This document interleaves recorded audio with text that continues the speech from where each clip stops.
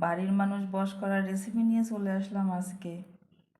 দুধ নিয়েছিলাম 1 লিটার, সেখান থেকে হাফ লিটার জাল দিয়ে রেখে দিয়েছি, আর হাফ লিটার একটু ঘন করে তারই ভিতর নারকেল গুড় আর এলাচ গুঁড়ো করে দিলাম, আর দিয়ে দিলাম 2 চামচ চালের গুঁড়ো দিয়ে একটা একদম ক্ষীরের মতো তৈরি করে নামিয়ে রাখলাম। নমস্কার, কেমন আছো সবাই? আজকে কি তৈরি করব জানো?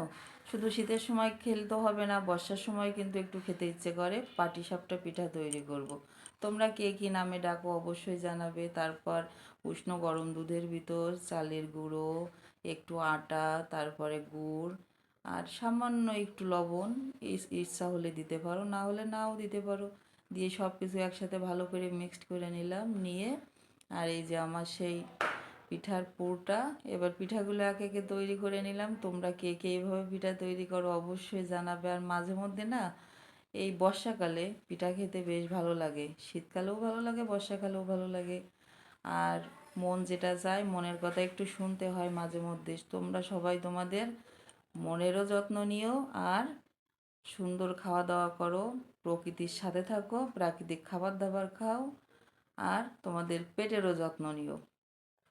কেমন হয়েছে তোমরা অবশ্যই জানাবে, খেয়ে জানাবে, ও না তো দেখে জানাবে কেমন হয়েছে। টাটা, বাই বাই, ভালো থাকতে ভুলো না কিন্তু।